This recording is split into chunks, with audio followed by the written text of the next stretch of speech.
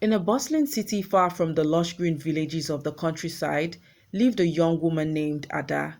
She had been married for 6 years to Chike, a hardworking and loving man. Their marriage was filled with laughter and companionship, but one longing desire overshadowed their happiness.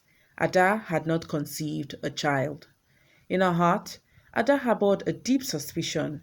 She believed her mother-in-law, Mama Ojugo, was the cause of her misfortune. Mama Ojugo, a stern and traditional woman, was often misunderstood by Ada. Her blunt words, strict demeanor, and constant reminders of her tradition made Ada feel criticized and unloved. Over time, Ada convinced herself that Mama Ojugo's mysterious ways hid malicious intentions and that she was somehow blocking her from becoming a mother. In the 7th year of her marriage, Ada's prayers were finally answered. She conceived a child.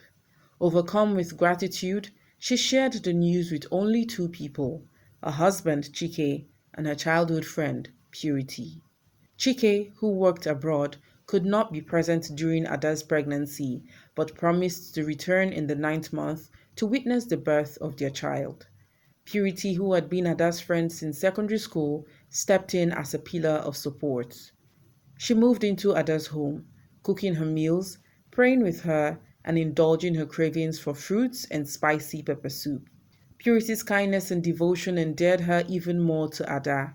She appeared to be the perfect friend, always smiling and selflessly caring. But what Ada didn't know was that behind Purity's warm facade lay a heart twisted with envy and malice. On the morning of the 9th month, Ada went into labor. Purity stayed by her side, holding her hands and whispering prayers as the midwives assisted. Chike, unknown to Ada, was on his way back from abroad, determined to surprise his wife and be there for the birth of their first child. That evening, Ada gave birth to a bouncing baby boy. Chike arrived just in time to hold his son for the first time, his eyes brimming with tears of joy. The family returned home later that night, exhausted but ecstatic.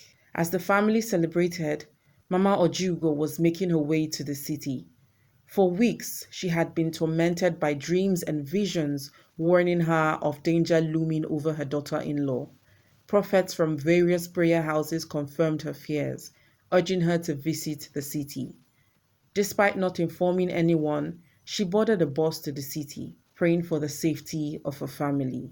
Unknown to everyone, Purity had plans of her own. That night, she offered to bathe Ada and the baby. She started with Ada, then prepared hot yam pepper soup. Into the steaming dish, she added a sleeping potion.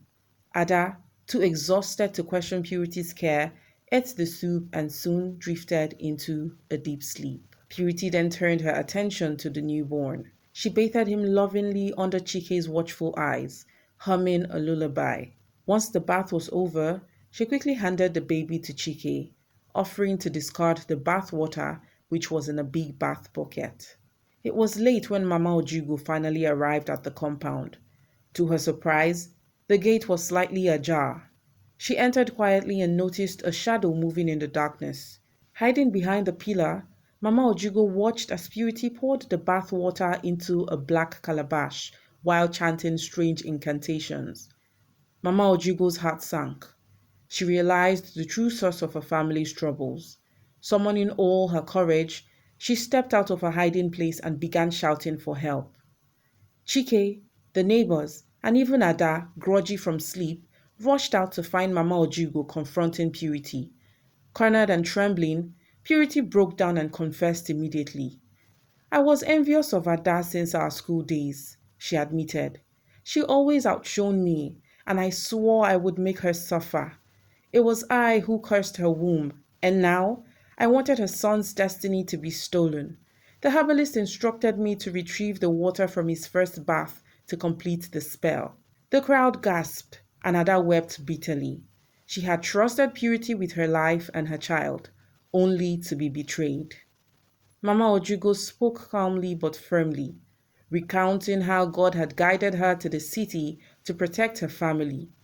"You have called me a witch for years," she said, addressing Ada and Chike. "But my heart was always with you. I only wanted to see you happy." Overcome with guilt and shame, Ada and Chike fell to their knees, begging Mama Ojugo for forgiveness. She embraced them both, her love undiminished by their accusations. Purity was handed over to the authorities, and the herbalist's evil practices were exposed. Meanwhile, Mama Ojugo conducted a cleansing ritual for the baby and the home, ensuring no remnants of Purity's evil spirits lingered. The family grew closer in the aftermath of the ordeal, and Ada learned to see beyond appearances, cherishing her mother-in-law's wisdom and protection. The story of a child's miraculous birth and Mama Ojugo's divine intervention became a tale told across generations. And so, the family lived on, bound by lessons learned through pain and the joy of a new beginning.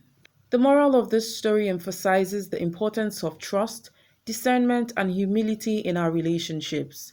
It teaches us that not everyone who appears kind has pure intentions, and misplaced trust can lead to devastating consequences. At the same time, it warns against the destructive power of jealousy, which not only harms others, but also consumes the envious person. The story highlights the strength of maternal love and intuition, showing how genuine care and divine guidance can protect loved ones even in the face of misjudgment. It also underscores the dangers of making false accusations, as hasty judgments can harm relationships and lead to deep regret. Furthermore, it reminds us of the transformative power of forgiveness and reconciliation. Mama Ojugo's willingness to forgive and protect her family despite being wrongly accused teaches us the value of love and understanding in overcoming bitterness. Finally, this tale reinforces the belief that good always triumphs over evil and that divine timing plays a crucial role in life's challenges. Faith, truth, and righteousness ultimately expose deceit and protect those who trust in their Maker. The heart that envies, the elders will say, destroys itself in the end. If you enjoyed this story, please do well to like the video, comment, share, and subscribe to the channel for more. Thank you all so much for watching, and I'll see you all in the next tale. Bye for now.